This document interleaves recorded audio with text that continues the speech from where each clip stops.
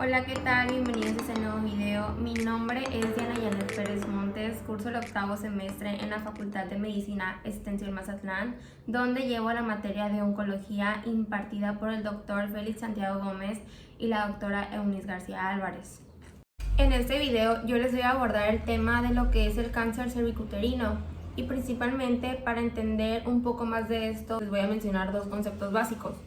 Anatomía de cuello uterino. Este es la porción fibromuscular inferior del útero, posee una forma cilíndrico-cónica y este comunica al útero con la vagina. El tamaño y la forma del cuello uterino varían en función de la edad, el momento del ciclo hormonal y el número de partos de cada paciente. Este se divide en dos partes. La parte del cuello uterino más cercana al cuerpo del útero se llama endocervix y la porción más cercana a la vagina se llama ectocervix o exocervix. Las dos principales tipos de células que cubren el cuello del útero son las células escamosas que están en el exocervix y las células glandulares que están en el endocervix. ¿Qué es el cáncer? Por cáncer se entiende crecimiento maligno, autónomo y descontrolado de células y tejidos. Este crecimiento da lugar a tumores que pueden invadir tejidos circundantes. Esto puede provocar nuevas proliferaciones similares al cáncer en distintas partes del cuerpo. Y este es un proceso llamado o también conocido como metástasis. ¿Qué es el cáncer cervicuterino? El cáncer cervical o cáncer de cuello uterino puede surgir de células anormales ubicadas en el cervix o el cuello uterino, o sea, la parte inferior del útero, que conecta el útero con la vagina, y la mayoría de los cánceres cervicales son resultado de una infección previa con el virus del papiloma humano o VPH.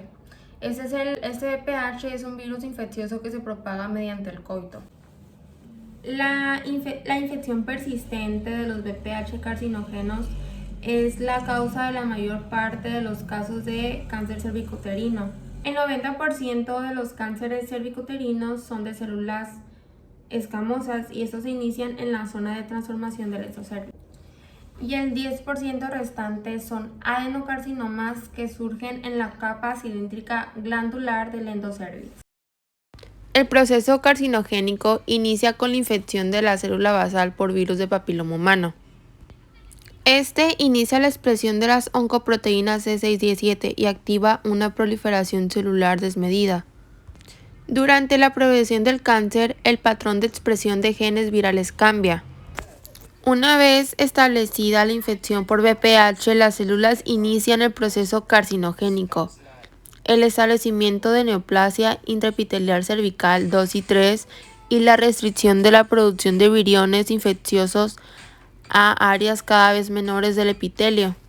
Finalmente, la integración del genoma viral al genoma celular conlleva la sobreexpresión de C617. La adquisición del fenotipo maligno implica la expresión de productos adicionales al tumor, tales como metaloproteasas que permiten la invasión de tejidos adyacentes. Adicionalmente, la degradación de proteínas con dominios PDZ por E6 contribuye al establecimiento de la enfermedad y los episomas virales usualmente se pierden.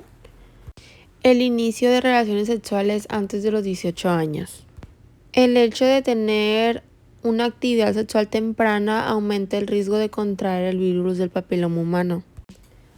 Tener otras infecciones de transmisión sexual como la clamidia, la gonorrea, la sífilis y el VIH aumenta el riesgo de contraer el virus del papiloma humano. El hecho de tener un sistema inmunitario debilitado aumenta las probabilidades de presentar cáncer de cuello uterino. Si tu sistema inmunitario está debilitado por alguna otra afección de salud y tienes el virus del papiloma humano, aumenta el riesgo. El tabaquismo también está asociado con el cáncer del cuello uterino de las células escamosas. Clínicamente, el primer síntoma de cáncer de cuello uterino es el sangrado vaginal anormal, malestar vaginal, la secreción maloliente y la disuria no son raros. El tumor crece extendiéndose a lo largo de las superficies epiteliales, tanto escamosas como glandulares, hacia arriba de la cavidad endometrial a través del epitelio vaginal y lateralmente a la pared pélvica.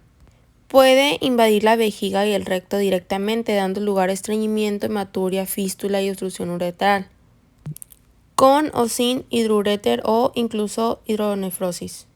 El hallazgo más común en pacientes de cáncer de cuello uterino es un resultado anormal del Papa Nicolau. Durante muchos años, la prueba del Papa Nicolau ha sido el método estándar para el cribado del cáncer del cuello cervicuterino. Los datos retrospectivos han demostrado que un cribado con una prueba de Papa Nicolau reduce la incidencia en un 60 a un 90% y la mortalidad la reducen en un 90%. El estadio es una forma frecuente de describir el cáncer, que permite que los médicos planifiquen de forma conjunta los mejores tratamientos. Los médicos asignan el estadio del cáncer endometrial usando el sistema de la FIGO. El carcinoma de estadio 1 se limita estrictamente al cuello uterino. No se debe tomar en cuenta la extensión al cuerpo uterino. El diagnóstico de los estadios 1A1 y 1A2 debe hacerse a partir de los exámenes microscópicos de un tejido extirpado, preferentemente un cono que rodee la lesión entera. Estadio 1A. El cáncer invasor identificado a través de un examen microscópico únicamente. La invasión se limita a la invasión del estroma medida con un máximo de 5 milímetros de profundidad y 7 milímetros de extensión horizontal. Estadio 1A1. La invasión medida en el estroma no supera 3 milímetros de profundidad y 3 milímetros de diámetro. En el estadio 1A2, la invasión medida en el estroma está entre 3 y 5 milímetros de profundidad y no supera 7 milímetros de diámetro. En el estadio 1B, las lesiones clínicas se limitan al cérvix o las lesiones preclínicas son mayores que el estadio 1A. Toda lesión macroscópicamente visible, incluso con una invasión superficial en un cáncer, es estadio 1B.